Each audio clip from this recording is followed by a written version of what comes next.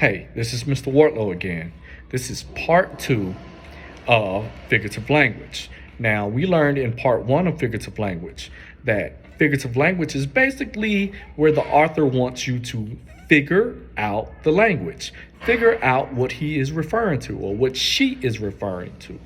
Now, I left some out in part 1 because there were a lot of variations of figurative language. So let's go over some more. Hyperbole is exaggeration. You are, I'm so tired. I can sleep all day. Yeah, you may be tired, but are you going to sleep all day? Probably not. Probably not. So I'm exaggerating, okay? I'm so hungry, I can eat a whole horse. Yeah, you may be hungry. There's no way in the world you can eat a whole horse. So hyperbole is exaggerating. I also left out idiom. It's just an expression that means something. The cat got your tongue. That means you're quiet. Bend over backwards. That means you're always going out your way to do something for someone else. That's an idiom. Also, personification. Now, this one, if you think about the word personification, if you take off some of the word, you'll see person in there.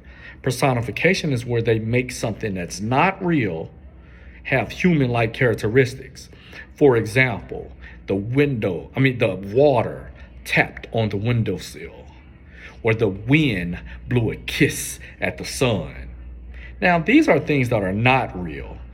There's no way the wind can blow a kiss, but the wind does blow. Or the water. The water doesn't have any fingers, but it sounds like it's tapping with its fingers on a window when it's raining.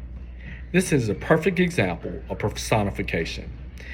This is part 2 of figurative language. Don't forget, figurative language means figure it out.